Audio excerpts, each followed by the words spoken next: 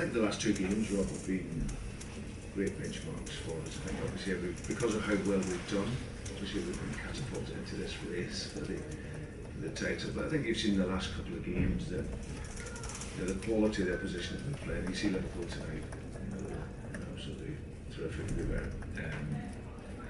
We can be better, much better. I think in terms of with the ball, we gave up the ball too easily this evening. We built the game through quite well, but when we get into the opposition half, we didn't keep it for long enough periods. So you're then inviting that pressure. But at 1-0, we're still in the game, and then we've lost 4 games this season, and there's been big turning points all with the handball and the penalty. So then at 2-0, we're still pushing, but their quality and speed then can get through us, and they finish up with 2 more goals. So, but yeah, they're a terrific team for us, my young players. The team's been fantastic up until this point.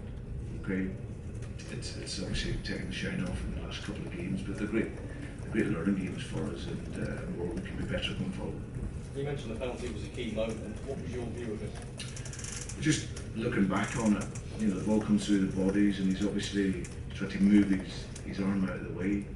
But it clearly hits his arm, and then the rules now it's a penalty. So that was disappointing for us, because at that point in the game we started to then have a bit more pressure and build a bit more pressure in Liverpool's half. On that evidence, can anyone get anywhere near Liverpool this season in the chase of the title? They're going to be very, very hard to stop. There's no doubt. Fantastic team. Confidence is high as well. They've become winners now, and haven't lost many games over an 18-month period. So to lose in the games that they would need to in the second part of the season, they've got enough players now, enough experience, and enough quality to stay focused and get the job done. But listen, there's still a lot to play for.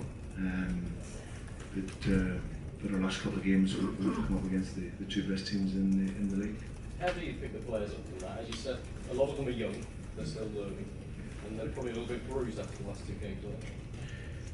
Listen, it's part of the development. I said to him that at this level it's about gaining that mental strength, and for me the mental strength comes from learned experiences, and these last 2 games we will learn from that and be better for it. Doesn't feel that way now because you've just lost, and you've lost at home. But like I say, for going forward, I think we have a sense of perspective of where we are and what we want to achieve. But we'll get back in tomorrow, talk through it, and then go again against West Ham. That's one from me. Against Manchester City and against Liverpool, they pressed you very high, and you struggle, I think, to play out from the back, which is something you've done so well all season. Yeah. Is that how do you cope with that? How do you play through a very high press line? Well, then you have to go over it sometimes, or around the side of it. I think especially in the first half, we decent control to be able to play out. We made mistakes in the build-up, and then technically sometimes we didn't play quick enough. But we went through enough times. Our problem was when we arrived into the Liverpool's half that we couldn't sustain the attack. We couldn't keep the ball well enough or play technically quick enough. And that's partly down to Liverpool's press, but it's also to do with us and becoming better with our technique. So yeah, that was an issue for us. Today before we move on to West Ham. I do. Hi. Trent Alexander-Arnold, 4.5 years ago, from getting his senior debut at friendly at Swindon. What have you made of his development since, and is there a better right back around at the moment? Well, for me, when I see him, he plays fullback as a midfield player. His range of pass is phenomenal for a young player. Of course, he was a midfield player at Liverpool as a youngster, but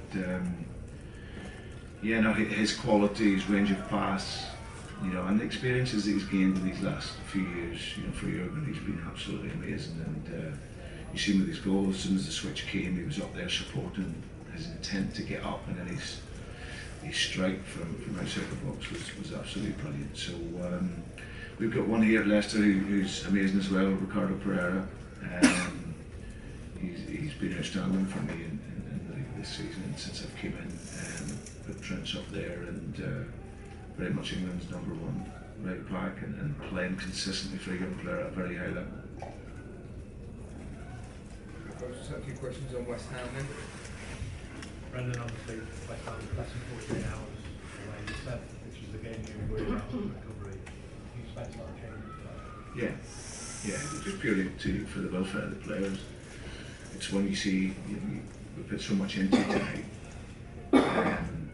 physically, and we have a massive January coming up for us as a squad and as a team. My fear, is that we would be risking too many, guys getting injured if we're playing at 5:30 on Saturday.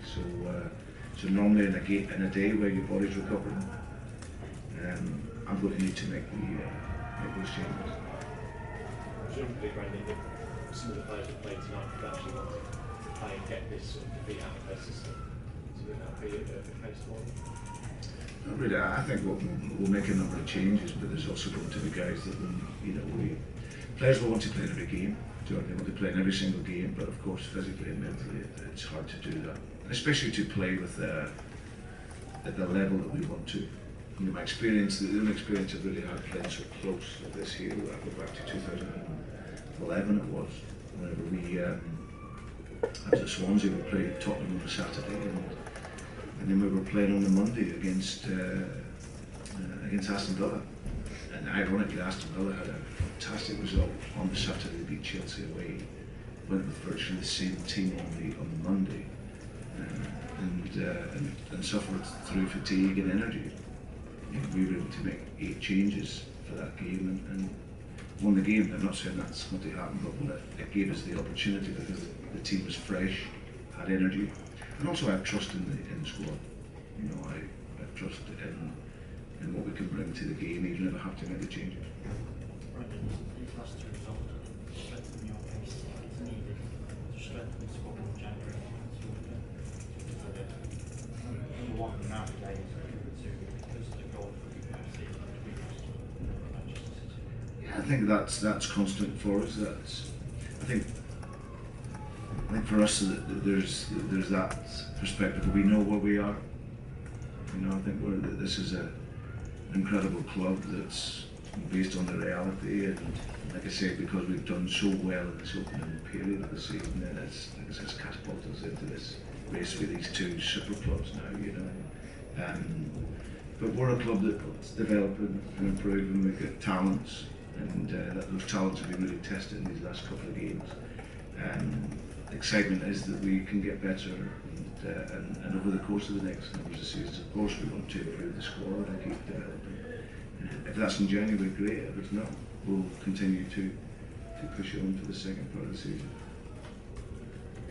I think when the young players' belief in being tactile.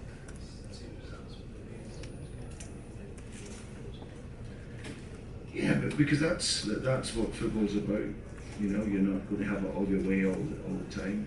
And like I said, right up until this point, we've been terrific.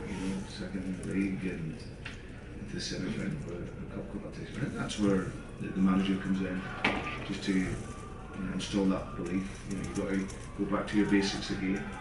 When you lose games like tonight, go back to your basics.